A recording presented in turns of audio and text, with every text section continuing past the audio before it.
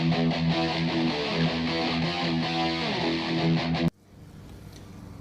gang, it's Travis here with Moon Hall Woodworking.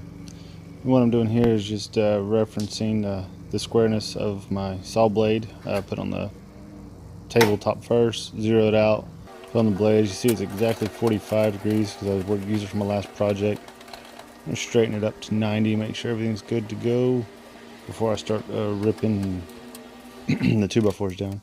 Here I'm just putting a 2x4 between the blade and the fence, clamping it down, the marking in, pushing it in about 1/4 of an inch or so.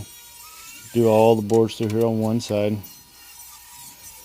and 1/4 of an inch on either side. We'll rip it down to about 3 inches total wide once you get it all done. And there it is.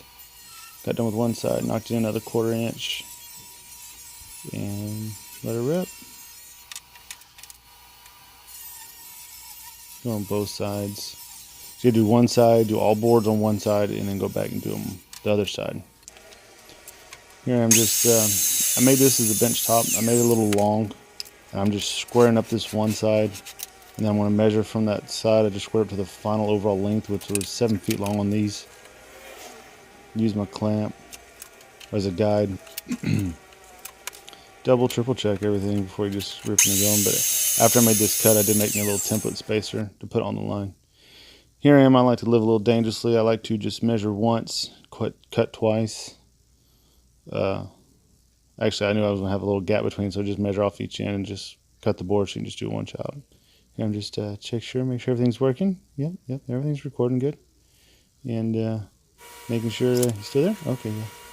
So here I already had the 3 little pieces made up. It's all 2x4s.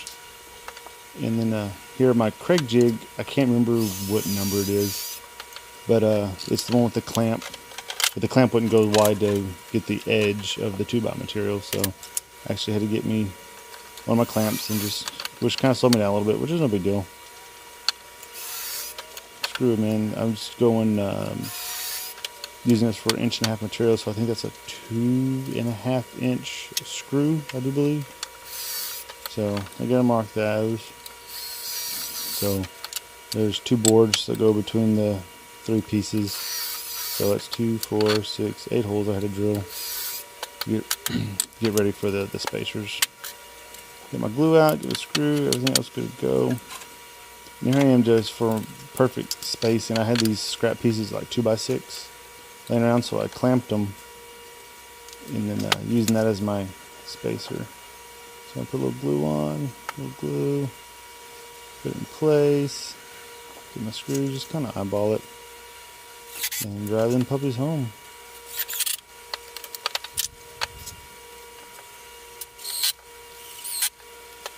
So you just do one side and then flip it over and do the other.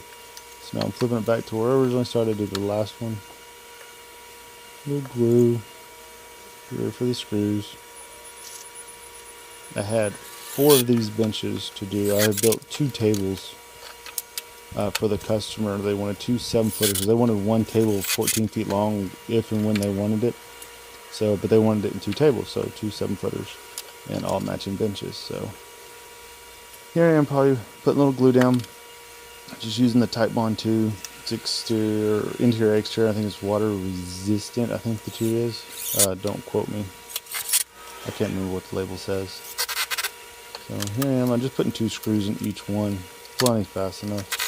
I was going to try to put 3. The one in the middle, as you can see, I'm kind of fighting it, trying to get that alignment. So I ended up just going with the 2 outside screws in each one. So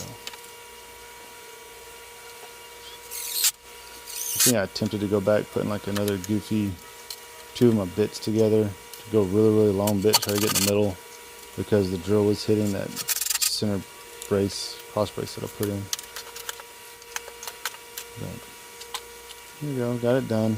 Wipe off the excess, squeeze out so it don't drip down, because you want to paint the base and stain the top like they did the top, like they did the tables already. So here I'm gonna flip it over, and just the center leg is on the table, and it completely balanced. And stay on it, make sure it's good. Have a good one, guys.